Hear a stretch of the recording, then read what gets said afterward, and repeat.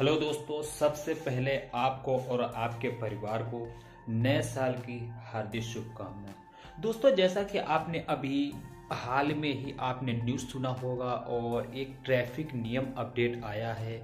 जो नया नियम चालू हुआ है वो नियम क्या है?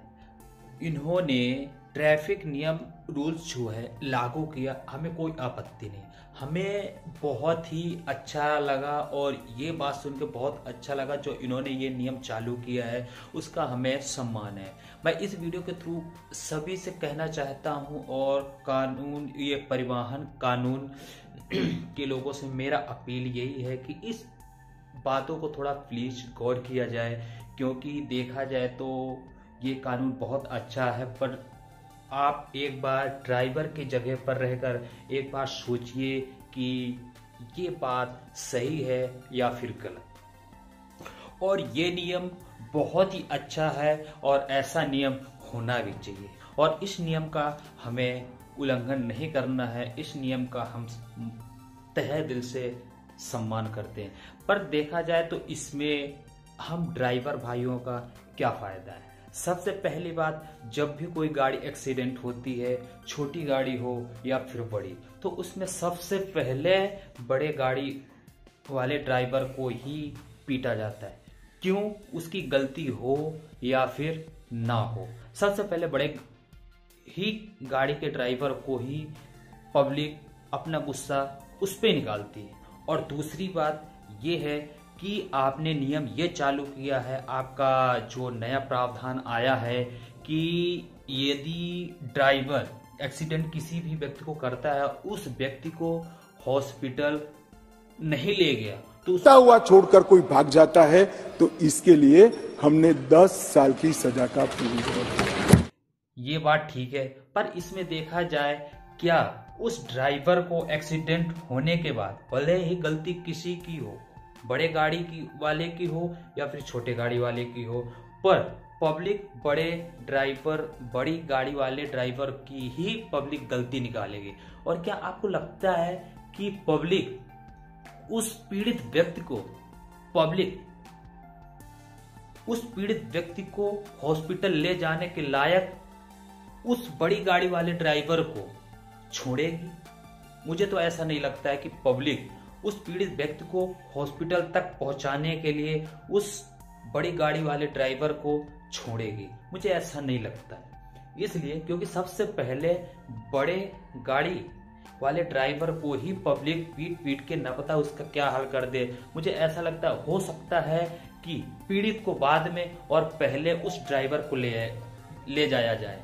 ठीक है। और दूसरी बात यह है कि हम ड्राइवर, बड़े बड़े ड्राइवर है, ट्रांसपोर्ट के लोग हैं जो अपने जान जोखिम में डालकर जो कच्चा माल हो, XYZ कोई सा भी उसमें लोड किया हुआ माल होता है, उसके मालिक तक बड़े ही सुरक्षित पूर्वक पहुंचाया जाता है। और क्या कभी आपने ये सोचा होगा कि उस ड्राइवर की सैलरी क्या होगी और वो व्यक्ति कैसे अपने परिवार का पालन पोषण करता होगा? दोस्तों, प्लीज इस वीडियो को बहुत बहुत बहुत शेयर करें ताकि जिस व्यक्ति को भी ना पता हो वो उसे भी पता चले।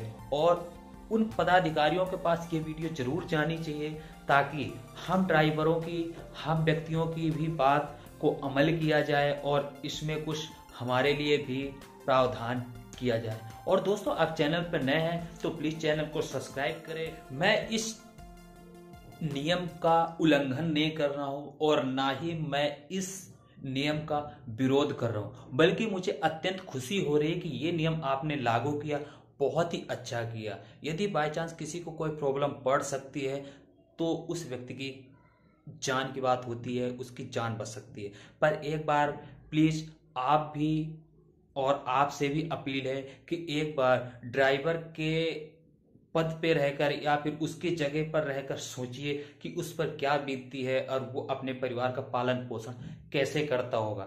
बाय चांस उसने एक्सीडेंट किया, ठीक है, या फिर हो गई गलती से, कोई जानबूझ के करता तो है नहीं है, हो गई तो उसे पहली बात तो पब्लिक पीट पीट के काम बराबर कर देगी, या फिर वो कैसे भी करके वहां से जान बचाकर भाग जाता है तो कैसे भी करके कार्रवाई करके पुलिस उसे पकड़ लेगी। पकड़ने के बाद इस जो अभी नया नियम चालू हुआ है जो 20 साल की सजा है, उसके तहत उसको 20 साल की सजा हो जाएगी। ठीक है, कोई बात नहीं। पर आपने कभी सोचा होगा कि उस 5 से 10 हजार की सैलरी के कमाने वाला व्यक्ति वो अपने घर का पालन पोषण कैसा करता होगा? उसको तो 20 साल की सजा हो जाएगी, पर उसके परिवार का क्या होगा और उसके परिवार का पालन पोषण कौन करेगा? प्लीज इसमें आपसे यही रिक्वेस्ट है कि इस पर जरूर ध्यान दिया जाए, क्योंकि हम एक ड्राइवर हैं और हमें पता है कि अपने परिवार का पालन पोषण कैसे किया जाता है और पैसे की अहमियत और जिंदगी की अहमियत हमें भी मालूम है। हम ड्राइवर हैं तो क्या हुआ जनाब, हम भी इंसान हैं। Thank you so much, love you so guys.